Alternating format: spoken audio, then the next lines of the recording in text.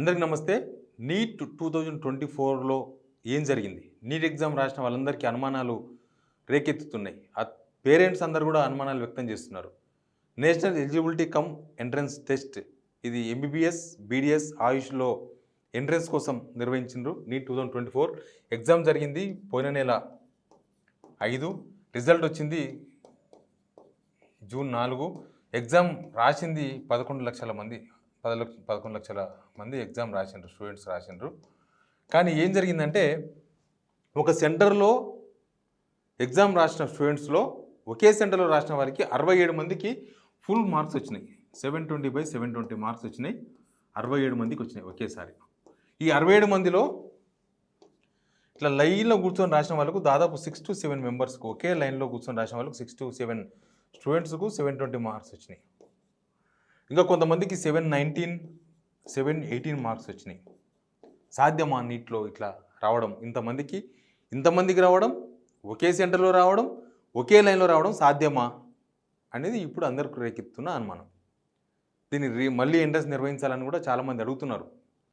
ఎందుకంటే అందరు భవిష్యత్తు కదా, డాక్టర్లు కావాలన్న ఆశతో వాళ్ళంతా స్టూడెంట్స్ అందరూ కూడా కష్టపడి చదివి ఎగ్జామ్ రాసిన వాళ్ళు ఉంటారు. వీళ్ళు కోచింగ్ తీసుకొని రాసిన వాళ్ళు కూడా చాలామంది ఉంటారు, సంవత్సరాలు.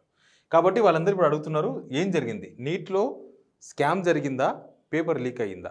దీని మీద పూర్తి విచారణ జరగాలి. నీట్ ఎగ్జామ్ మళ్ళీ నిర్వహించాలని డిమాండ్ తెర మీదకి వచ్చింది. శివాని అనే ఒక స్టూడెంట్ ఆల్రెడీ సుప్రీంకోర్టులో కూడా కేసు వేసింది, దాని మీద విచారణ కూడా చేపట్టింది. బహుశా నెక్స్ట్ జరుగుతుందేమో.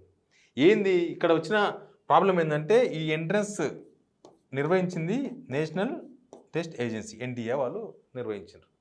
దీని మీద ఇన్ని ఆరోపణలు వస్తే స్టార్టింగ్ ఎవరు స్పందించలేదు అసలు. నీట్ ఎగ్జామ్ మీద అసలు దీనిలో ఏం జరిగింది, మళ్ళీ పేపర్ లీక్ అయిందా? ఎందుకంటే May 5th నాడు ఎగ్జామ్ 2 o'clock స్టార్ట్ అయింది. 2 to 5:20 ఎగ్జామ్ టైం. కానీ 4 PM ఇంటర్నెట్లోకి వచ్చేసింది paper. NEET exam entrance paper students loan exam రాస్తున్నారు, పేపర్ మాత్రం బయట ఇంటర్నెట్లో చక్కర్లు కొట్టింది.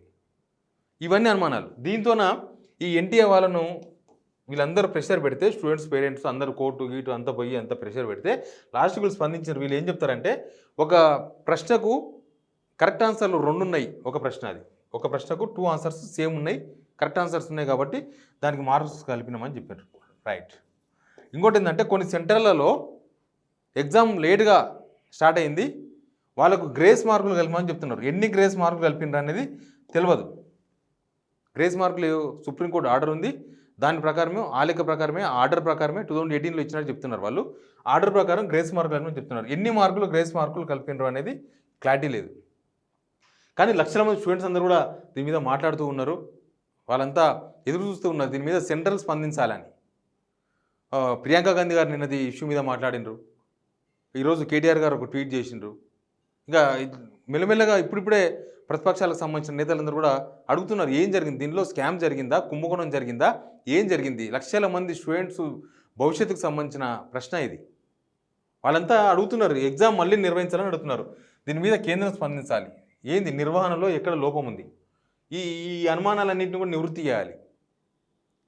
ఒకే సెంటర్లో ఉన్న వాళ్ళకి 67 మందికి 720 మార్క్స్ ఎట్లా వచ్చినాయి, ఒకే లైన్లో ఉన్న వాళ్ళకు 6 to 7 మెంబర్స్కి 720 మార్క్స్ వచ్చిన వాళ్ళు ఉన్నారు. అట్లా సాధ్యమైంది.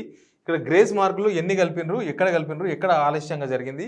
ఈ ఫరీదాబాద్లో కూడా ఆలస్యంగా జరిగిందా? మరి హర్యానా ఫరీదాబాద్లో సెంటర్లో రాసిన వాళ్ళకి కదా ఇవన్నీ వచ్చినాయి, అక్కడనే జరిగిందా లేట్ ఎగ్జామ్? దేశంలో ఎక్కడ జరగలేదా? ఇంకా లేట్గా ఎగ్జామ్ స్టార్ట్ కాలేదా ఆ రోజు? ఇదంతా కూడా లెక్క చేయాల్సింది. నీటి మీద చాలా చాలా చాలా గొడవలు ఉన్నాయి. అసలు ఈ నీట్ వద్దు ఏమొద్దు, ఏ రాష్ట్రానికి ఆ రాష్ట్రం.